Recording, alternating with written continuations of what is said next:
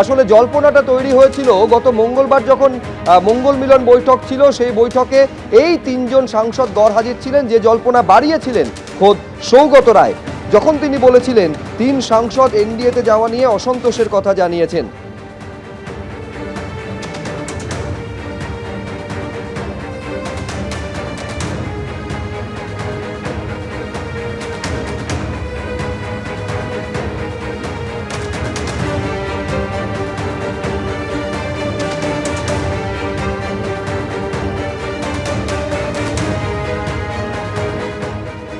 সেখানে কি বলবেন?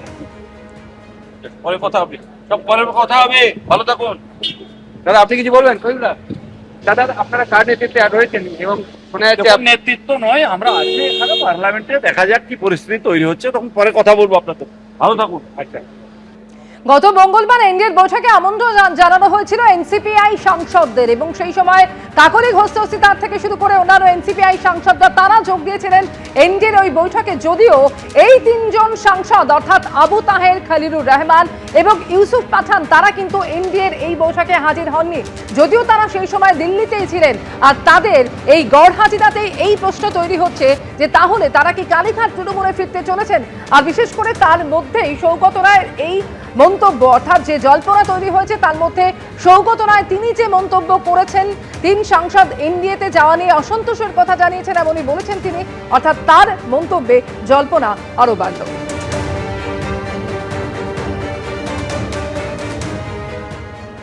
আমাদের দরজা তো খোলা নেই।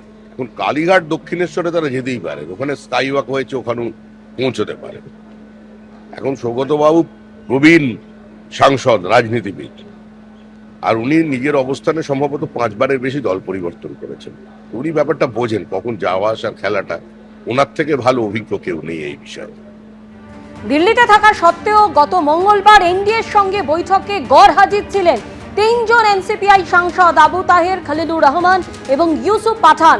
যে জল্পনা তৈরি হয়েছে তাহলে কি তারা কালীঘাট তৃণমূলে ফিরতে চলেছেন, এই জল্পনা কিন্তু ইতিমধ্যেই তৈরি হয়েছে।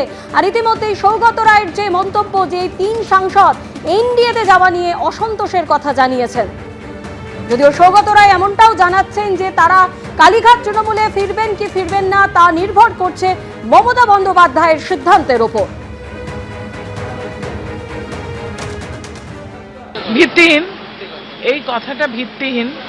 এবং আমি উল্টো বলতে চাই যে আমি দিল্লিতে তো ছিলাম, দিল্লি থেকে আসছি, সেখানে ইতিমধ্যে দেখা গেছে গোপন বৈঠকে অত্যন্ত বর্ষিয়ান নেতা সৌগত রায় এবং প্রাক্তন মন্ত্রীও ছিলেন শত্রুঘ্ন সিনহা, তারা বসে জেপি নাড্ডা সাহেবজির সঙ্গে, তিনি আবার মাননীয় মন্ত্রী এবং প্রাক্তন সভাপতি, তার সঙ্গে বসে তারা নৈশভোজ খাচ্ছেন। এবং যতদূর আমরা খবর পেলাম সেখানে যে তারা আবার ওনার সঙ্গে আলোচনা করছেন কি করে ওনারা বিজেপিতে যেতে পারেন। সুতরাং এই ধরনের খবর চালাচালির মধ্যে না যাওয়াই ভালো।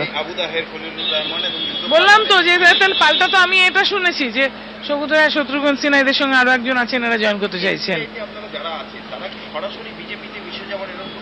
আমি আজকে একটা টুইট দিয়েছি, হ্যাঁ, আর এনসিপিআই থেকে, পার্টি থেকেও আর একটা দিয়েছে, যে আমরা যেভাবে মানুষের কাজ বিগত দিনে করার চেষ্টা করেছি আগামী দিনেও সেভাবে করব।